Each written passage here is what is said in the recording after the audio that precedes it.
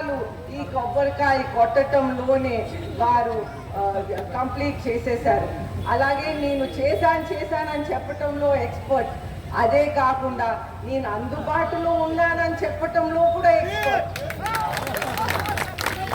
అయితే వారు అందుబాటులో ఉన్నారేమో కానీ అందుబాటులో ఉండి ఆ స్పోర్ట్స్ స్కూల్ అనేది బిజీ స్టేడియంలో మాత్రం మూసేశారు. అయితే ఎంత బాగా అందుబాటులో ఉన్నారనే విషయం మనందరికీ తెలుసు. అలాగే ఇక్కడ ఒక స్విమ్మింగ్ పూల్ ఉండాలి. ఆ స్విమ్మింగ్ పూల్ 400-500 రూపాయలకి పిల్లలు వెళ్ళి స్విమ్మింగ్ చేస్తుంటే ఈ స్విమ్మింగ్ పూల్ జలాసన అని చెప్పారు. ఈ జలాసన అని చెప్పి అందుబాటులో ఉంటూ ఈ మొత్తం ఊరంతా ఫ్లెక్సీస్ పెట్టారు.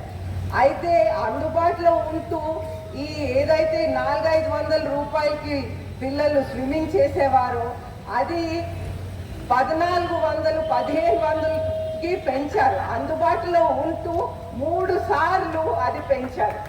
అయితే ఏ విధంగా అందుబాటులో ఉన్నారనేది మనం అందరం అర్థం చేసుకోవాల్సిన అవసరం ఉంది. అయితే ఇదే కాకుండా అన్నిటికన్నా ముఖ్యమైన విషయం, విచ్చలవిడిగా మన ప్రశాంతమైన విద్యల నగరంలో ఏ విధంగా డ్రగ్స్ దొరుకుతున్నాయో మనందరికీ తెలిసిన విషయమే. ఈరోజు 21 మార్చిన 350 కేజీలు ఎస్కోటాలో దొరికింది.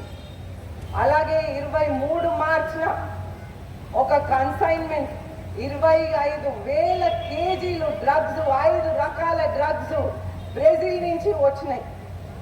అయితే సిబిఐ ఎంక్వైరీలో 5 రకాల డ్రగ్స్ దీంట్లో ఉన్నాయని సిబిఐ ఎంక్వైరీలో తేలింది. అదే కాకుండా మనం విజయనగరంలో ఏం వదలలేదు. 23వ తారీఖున మన స్టేషన్ రోడ్ వెనకాతల 18 కేజీలు డ్రగ్స్ మన స్టేషన్ రోడ్ వెనకాతల దొరికింది. అయితే మన ప్రశాంతమైన విద్యల నగరంలో వాళ్ళు ఏం చేయబోతున్నారు, ఏ విధంగా మన ప్రశాంతని మనం కోల్పోతాము, ఈ ప్రభుత్వం మళ్ళీ వస్తే అనేది మీరందరూ అర్థం చేసుకోవాల్సిన అవసరం ఉంది. అయితే ఈరోజు మనం బాగా ఆలోచించాలి. ఎన్నికల సందర్భం వచ్చింది. ఈ సందర్భంలో మనకి ఒక ఆయుధం వస్తుంది.